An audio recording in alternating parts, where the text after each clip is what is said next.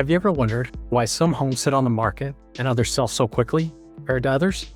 You can have two homes in the same neighborhood, similar size, similar price point, and one gets a lot of activity while the other barely gets any showings. And from the outside, it doesn't always make sense. But once you understand how buyers actually think, it becomes very predictable. So in this video, I'm going to walk you through what's really happening and what actually causes a home to either gain momentum or lose it. Let's start with how buyers actually experience a home today. They're definitely not starting at the front door. It starts on their phone, scrolling through listings, quickly comparing one home to the next. And in a matter of seconds, they're deciding, do I want to see this or do I not? That decision is based on photos, price, how the home is presented, and strategy. So before your home ever gets a showing, it's already being judged. And if it doesn't stand out in that moment, it gets skipped. Present is where I see the biggest disconnect. Let me give you a real example of how this plays out, thinking it gives them more room to negotiate. A seller lists their home slightly above where the market sees value, but the buyers, they don't see it that way. They're going to look at 5, 6, and sometimes even 10 homes all at the same time. And if your home is even just a little bit off compared to others, it doesn't even become a maybe. It becomes a no. So instead of getting strong activity early, you've already been judged, so the home sits. Then, after a couple of weeks, price reductions start happening. And now buyers aren't just comparing, they begin to question. What's wrong with the house? Why hasn't it sold?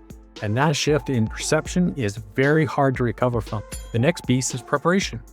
This is where a lot of homes lose the buyers without even the seller even recognizing it. Imagine a buyer walks into two homes. One feels clean, open, and easy to move through. The other is slightly cluttered, maybe a little darker, maybe not quite finished and put together yet. Nothing is wrong with the house, but it doesn't feel the same. Buyers respond to that instantly. They will stay longer in the first home, talk about it more. They start to picture themselves and see themselves there. That emotional connection is what drives decisions. So the preparation, it's not about making the home perfect. It's about removing anything that creates hesitation. If you're watching this and thinking about selling, this is exactly where the difference is made. Before your home even hits the market, if this is helpful, go ahead and like this video. It helps more homeowners find this kind of information. And if you want more guidance about selling a home in Colorado, make sure you're subscribed to this channel. Now, let's talk about what happens when buyers actually find your home online.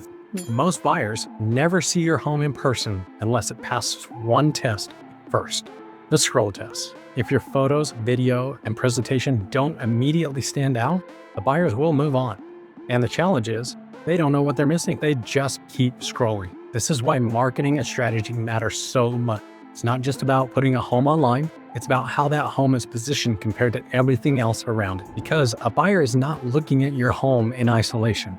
They're comparing it side by side with every other option. At a certain point, every buyer reaches that decision moment. They're asking themselves, is it worth it? Does it feel right? Do I want to move forward? The answer is a yes. Things move very quickly. If the answer is even slightly uncertain, they will pause.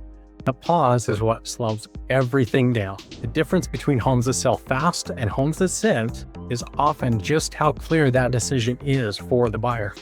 Then there's the layout. Some homes, they just work better. Open, functional layouts are easier for buyers to see themselves in and understand. Other homes, they take a little more effort.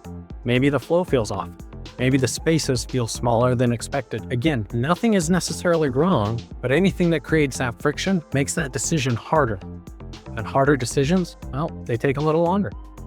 Another factor could be what's happening right around the home, not just the city immediate area. One can have one street with stronger demand and another nearby moving much slower.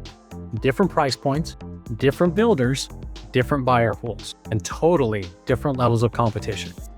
So it is not just about listing a home. It's about understanding exactly how that home fits into this market. When we take on a listing, our goal is to control everything that we can before the home actually hits the market. That starts with pricing, making sure it aligns with how buyers are actually comparing homes.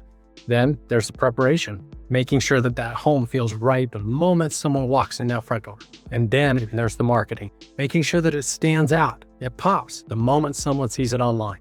Because when those three things align, that's when you see stronger activity right away.